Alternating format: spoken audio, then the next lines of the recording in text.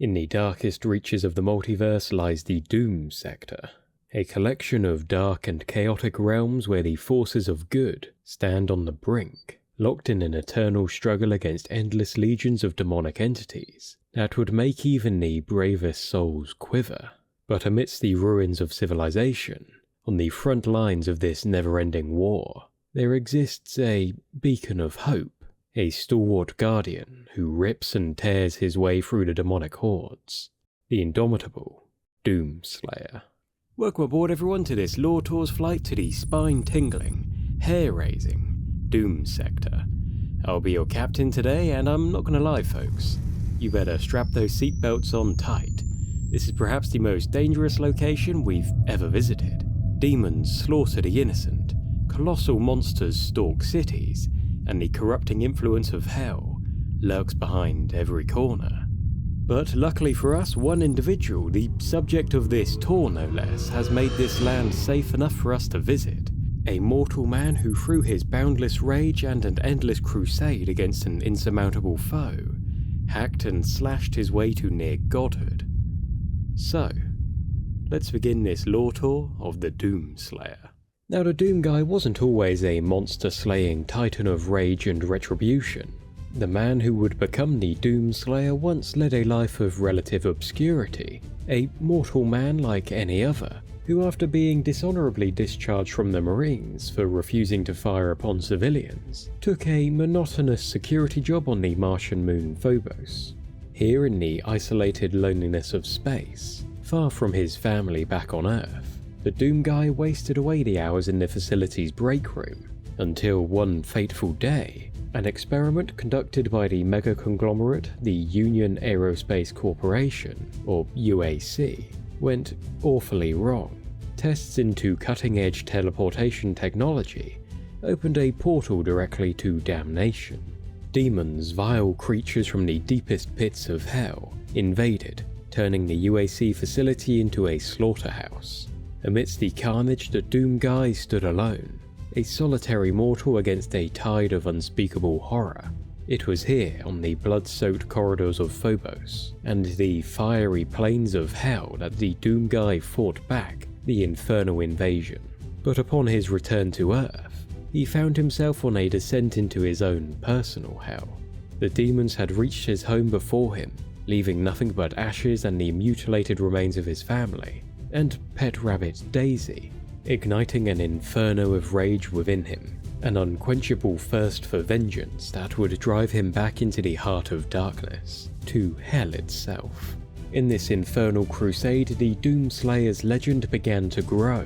With each demon failed, his resolve hardened, and his fury became a beacon for all who despaired.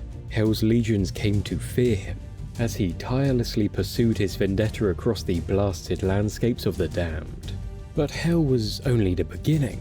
The Doomslayer's journey through the abyss would lead him to the world of Argenta, a distant realm home to the Argenta, a civilization of warriors as honorable as they were fierce, who had been engaging in their own brutal war of attrition with the forces of hell. The Doom Guy, battle-weary, bloodied yet unbroken, was discovered by the Night Sentinels, the elite guardians of Argenta, stumbling through the wilderness. But the being they had discovered was no longer merely a man. He had become a vessel of vengeance. Every demon slain, every victory against the darkness, had forged him into something more. His time in hell had stripped away all but the core of his being, an undying will to destroy all that is demonic. This singular purpose consumed him, fueling his actions and sparking an eager curiosity amongst the Argenta of Argenta.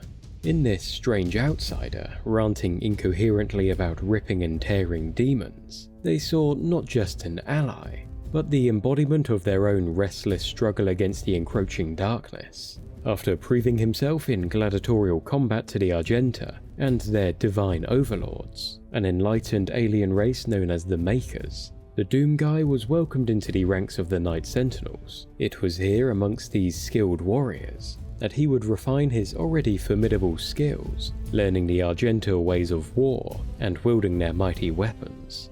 Together they struck at the heart of Hell's armies, the Doom Guy with the Night Sentinels at his side, fought back against the tide of chaos that had flooded Argenta.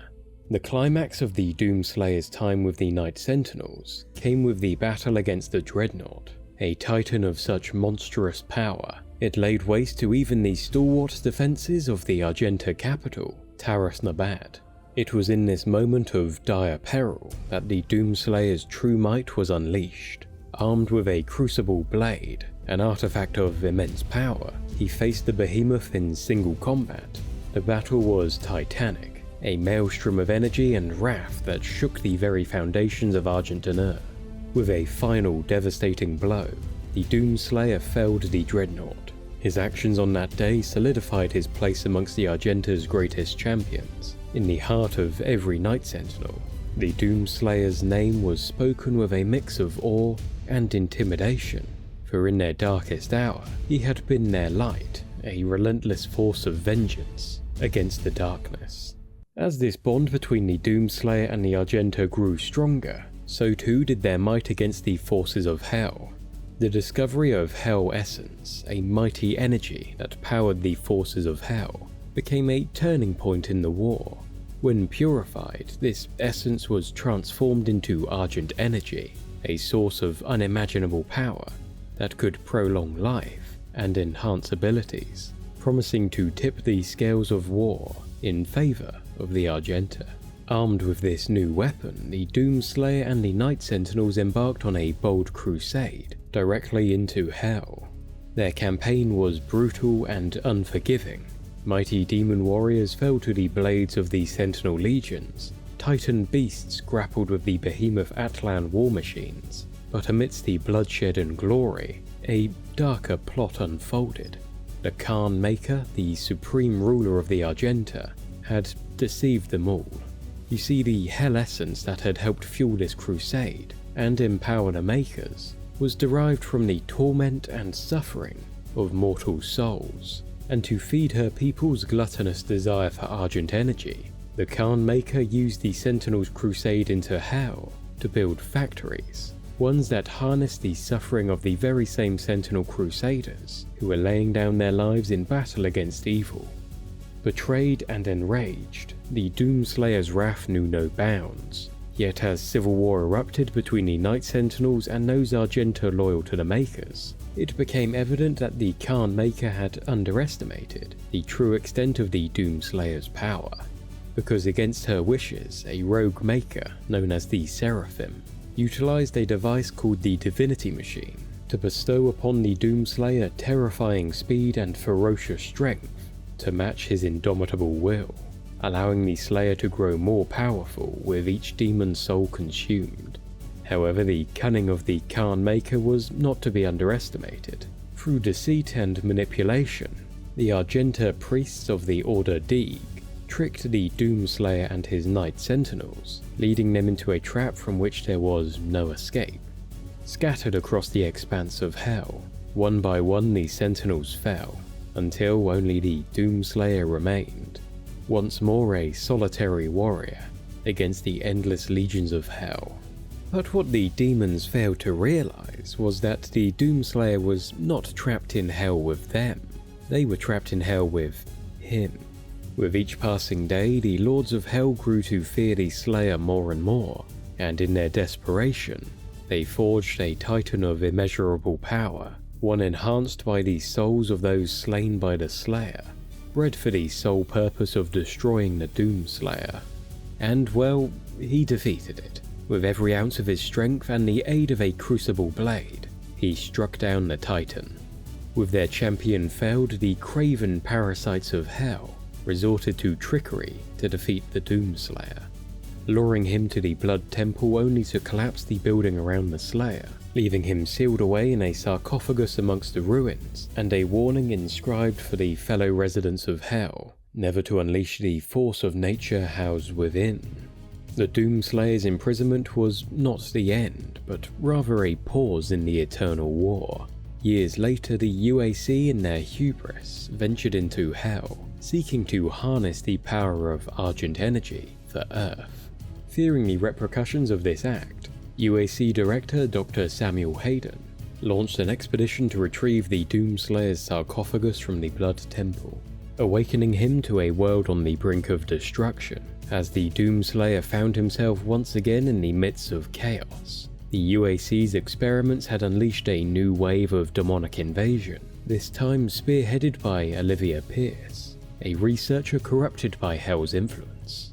Donning once again his Praetor suit and advanced armor forged from both human and Argenta technology, enhanced in the Forges of Hell, the Doomslayer set forth to halt the invasion, cutting through demon and corrupted human alike, while purposefully destroying much of the UAC's Argent energy harnessing equipment in the process. However, the cessation of Argent energy's flow was a mere temporary setback for those who sought to exploit its power. In the aftermath of Pierce's defeat, Dr. Samuel Hayden betrayed the Doomslayer, taking his crucible blade to continue the harvesting of Argent energy and teleporting the Slayer across the universe. Yet the demon's thirst for conquest knew no satisfaction, as Earth later fell victim to a full-scale invasion. Its defenders, the Armored Response Coalition, crumbled before the relentless onslaught of Hell's legions. Titans roamed continents, cities were massacred, but the Doomslayer, undeterred by betrayal or the overwhelming odds, fought valiantly to save humanity. Upon the destruction of the 3 Hell Priests overseeing the invasion, his path of destruction led him to the very architect of the invasion, the Khan Maker. Her scheming ways had led her into a pact with Hell, agreeing to transport demons to Earth in return for harvesting of the Hell essence generated by the slaughter of an entire planet. With her plan falling to pieces around her at the hands of the Doomslayer, the Khan Maker resurrected the Icon of Sin, a world-devouring beast whose very presence in a place could rip a hole in the universe. And in a final apocalyptic confrontation, the Icon of Sin was vanquished atop the ruins of a once great city. In the wake of the Icon's demise, the Doomslayer's victory was bittersweet, as the resurrection of the Icon had inadvertently led to the cataclysmic destruction of the dimensional barrier, unleashing a new horror upon the multiverse. Demons, now unbound by the barrier, began their incursion across dimensions, threatening the very fabric of existence. In this moment of peril, the Doomslayer was entrusted with a mission: to revive the ancient divinity known as the Father, the creator of all that is, whose power alone could restore order. The fate of the multiverse hung in the balance, a weight that would crush lesser beings. But the Slayer, driven by a resolve as unbreakable as the armor that encased him, chose a different path, rejecting the help of this ancient god, crushing the life sphere that was to be used to resurrect him. The Slayer instead sought the source of the demonic tide, the Dark Lord of Hell himself, a being of immense power, the apex predator of Hell. The confrontation with the Dark Lord was a clash of titans. In Imora, the capital of Hell, the Slayer faced off against the Dark Lord and his legions. But he was not alone. To his aid came those few remaining Night Sentinels and 3 clans of the Argenta, clearing a path through the Horde directly to the Dark Lord. With every strike, every maneuver, the Doomslayer demonstrated the indomitable will that had carried him through years of conflict. And before falling to the Slayer's blade, the Dark Lord revealed unto the Slayer a truth. It was in fact the Dark Lord who was the first being, creator of all, having been sealed away by his followers and had his power stolen. But in the end, this Dark Lord, the most almighty of all beings, fell to the hands of a mere mortal, and with his defeat the tides of demons halted, their master vanquished by the singular force of vengeance that had pursued them across dimensions. Exhausted, his mission at last complete, the Doomslayer fell unconscious. The act of killing his own creator, a being whose essence fueled the divinity machine that had bestowed the Slayer with his mighty abilities, had proved too much for him, and thus he was sealed away once again in his sarcophagus. In his silence the realms found peace, if only momentarily.